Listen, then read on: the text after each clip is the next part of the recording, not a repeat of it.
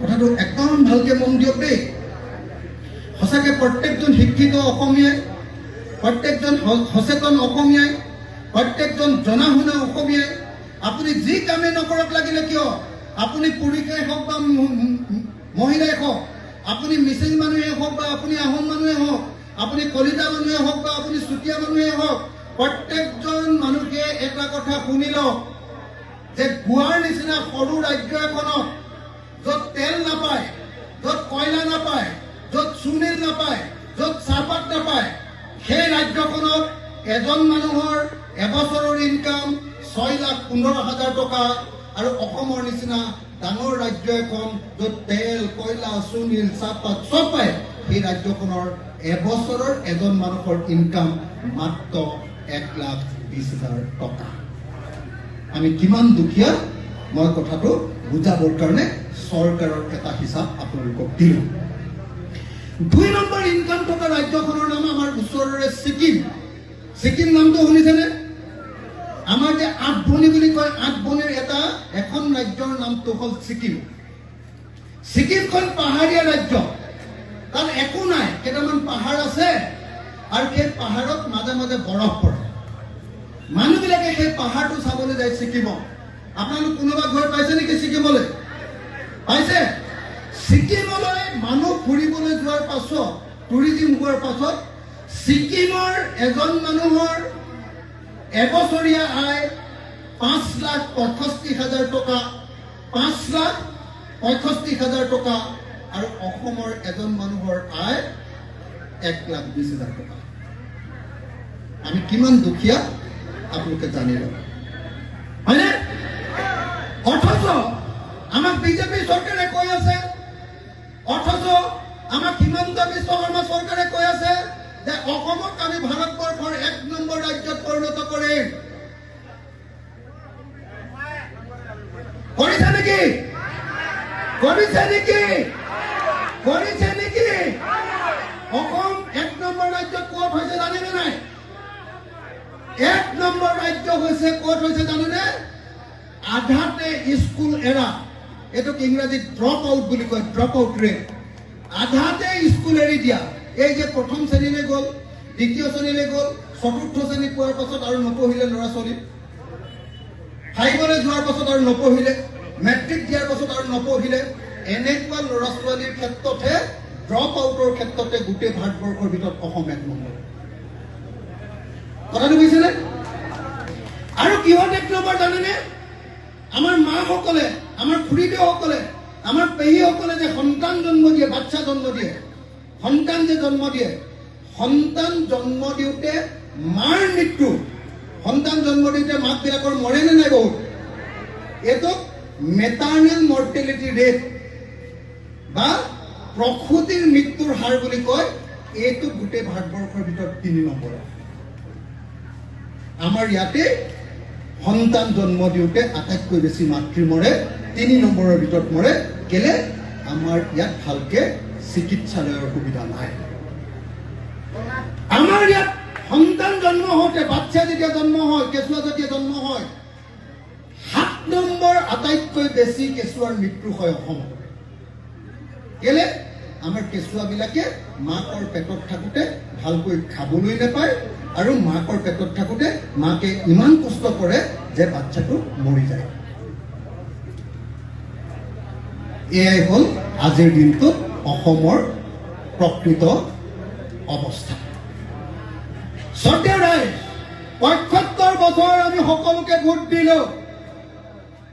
কেতিয়াবা কংগ্ৰেছক দিলোঁ, কেতিয়াবা এজেপিক দিলোঁ, কেতিয়াবা জনতা দলক দিলোঁ, কেতিয়াবা বিজেপিক দিলোঁ, কেতিয়াবা CPIক দিলোঁ, কেতিয়াবা CPMক দিলোঁ। বেলেগ বেলেগ সকলো দলকে একেলগে আমি ভোট দিলোঁ। কিন্তু আপোনালোকে এটা কথা লক্ষ্য কৰক, এতিয়ালৈকে সকলো দলক ভোট দিয়াৰ পাছত ভাৰতৰ স্বাধীনতাৰ ৭৫ বছৰৰ পাছতো অসমৰ একডৰা পথাৰতো এতিয়ালৈকে কোনো এখন চৰকাৰে 1 টোপা পানী এতিয়ালৈকে যোগান ধৰিব পৰা নাই। মই পানী যোগান ধৰা বা জলসিঞ্চনৰ কথা কিয় ক'লো? মানুহ কেতিয়া ধনী হয়? মানুহ ধনী হয় আটাইতকৈ বেছি যেতিয়া বছৰৰ 3 বাৰ এডৰা পথাৰতে খেতি কৰে। কথাটো বুজি পাইছেনে? আমাৰ অসমীয়া মানুহে কি কৰে? অসমীয়া মানুহে আকাশলৈ চাই থাকে। যদি আকাশৰ পৰা বৰষুণ দিয়ে তেতিয়াহ'লে কঠীয়া পাৰিব পাৰে, আৰু যদি আকাশৰ পৰা বৰষুণ নিদিয়ে তেতিয়াহ'লে অসমীয়া মানুহে ভেকুলীৰ বিয়া পাতে। হয়নে নহয়? হয়নে নহয়? মই আপোনালোকক সুধিব খুজিছো, আপোনালোক সকলো আজিকালি পঢ়া শুনা মানুহ, ভেকুলীৰ বিয়া পাতিলে কেতিয়াবা বৰষুণ দিব নেকি? নিদিয়ে। বৰষুণ কেনেকৈ দিয়ে? বৰষুণ দিয়াৰ নিয়মটো কি? এই যে ৰ'দ জাক দিছে, এই ৰ'দ জাকে এই ওচৰত থকা পুখুৰীৰ পানী গৰম কৰি দিয়ে। পানী গৰম হলে ভাপ হৈ যায়। পানী উতলালে ভাপ হৈ যায় নে নাই? যেতিয়া ভাপ হৈ যায় পানীটো পাতল হয়, পানীটো পাতল হলে ওপৰলৈ উৰি যায়।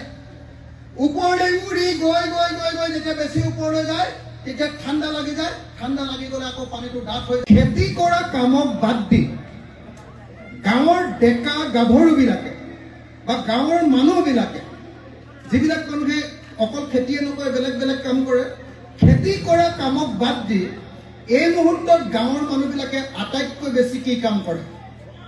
পইচা উপাৰ্জন কৰিবৰ কাৰণে কি কাম কৰে?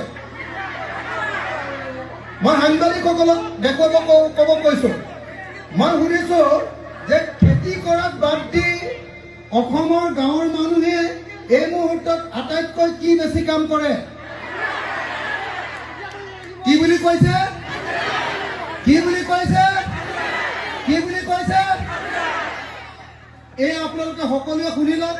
এয়া হ'ল ধেমাজি জিলাৰ চিচিবৰ গাঁৱৰ এখন জনসভাৰ দৃশ্য, য'ত অসমৰ খিলঞ্জীয়া ভূমিপুত্ৰ আমাৰ অসমীয়া মানুহবিলাকে, ইয়াত আছে আহোম মানুহ, চুতীয়া মানুহ, মিচিং মানুহ আৰু বিভিন্ন কোচ কলিতা, আমাৰ যিখিনি আমাৰ খিলঞ্জীয়া মানুহে সকলোৱে হাত তুলি কৈ আছে যে খেতি কৰাৰ পাছত আজিৰ দিনটোত অসমীয়া মানুহে কৰা আটাইতকৈ ডাঙৰ কামটোৱে হ'ল হাজিৰা কৰা কাম।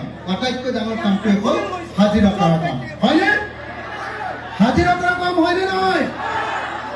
দ্বিতীয় ডাঙৰ কামটো কি?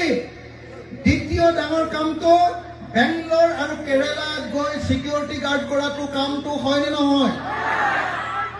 মই আকৌ এবাৰ সুধিছো, আপোনালোকে ক'লে যে আজিৰ দিনটোত বিজেপি চৰকাৰৰ দিনত হিমন্ত বিশ্ব শৰ্মাৰ অসমত আজিৰ দিনটোত খেতি কৰাৰ পাছত অসমৰ মানুহে কৰা আটাইতকৈ ডাঙৰ কামটো হ'ল হাজিৰা কৰা কাম।